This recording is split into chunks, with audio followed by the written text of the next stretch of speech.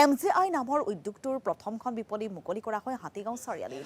Perfume উদ্যোগটো মুকলি কৰে অসম চৰকাৰৰ মুখ্য সচিব ডক্টৰ ৰবি কোটাই। অসমত উৎপাদিত আগৰ আৰু সাঁচেৰে প্ৰস্তুত কৰা হৈছে এই পাৰফিউমসমূহ। পাৰফিউমসমূহৰ মূল্য ৩০০ টকাৰ পৰা ৩০০০ টকালৈকে উপলব্ধ। প্ৰায় ৩০০তকৈ অধিক পৰিয়াল জড়িত হৈ থকা উদ্যোগটোৰ স্বত্বাধিকাৰী জহিৰুল ইছলামৰ লক্ষ্য সমগ্ৰ বিশ্বৰ বজাৰ দখল কৰা। বিপণীখনলৈ আহি বিভিন্ন সুগন্ধিৰ পাৰফিউম ক্ৰয়ৰ বাবে মহানগৰবাসীক আহ্বান জনালে স্বত্বাধিকাৰী জহিৰুল ইছলামে।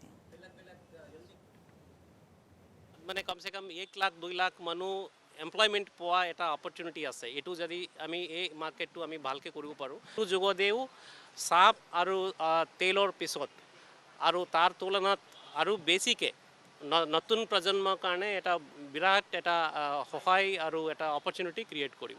আগৰৰ পাৰফিউম আগৰৰ তেলৰ ইণ্ডাষ্ট্ৰিটো গোলাঘাটত আছে আৰু পাৰফিউম মেনুফেকচাৰিংটো ইয়াতে আছে, গুৱাহাটীতে আছে। গুৱাহাটীতে আমি পাৰফিউমটো গোটেই হেৰি কৰোঁ, আমি বনাওঁ। পৃথিৱীৰ ডাঙৰ ডাঙৰ পাৰফিউম ইণ্ডাষ্ট্ৰিবোৰে যিবোৰ পাৰফিউম বনায়, যিবোৰ উড পাৰফিউম বনায়, সেইবোৰ আপোনালোকে জানি দুখ পাব যে অসমৰ আগৰ দি বনায়, কিন্তু তেওঁলোকে মেড ইন ফ্ৰান্স কৰে, মেড ইন ডুবাই কৰে, মেড ইন UAE কৰে, কিন্তু মেড ইন অসম কৰিব নোৱাৰে। আজি প্ৰথমবাৰৰ বাবে প্ৰথম অসমীয়া ইণ্ডাষ্ট্ৰি যিটো মেক ইন আছাম, অসমৰ সাঁচি কাঠৰ তেল দি পেলাই আমি প্ৰথম অসমীয়া পাৰফিউম বনাইছোঁ।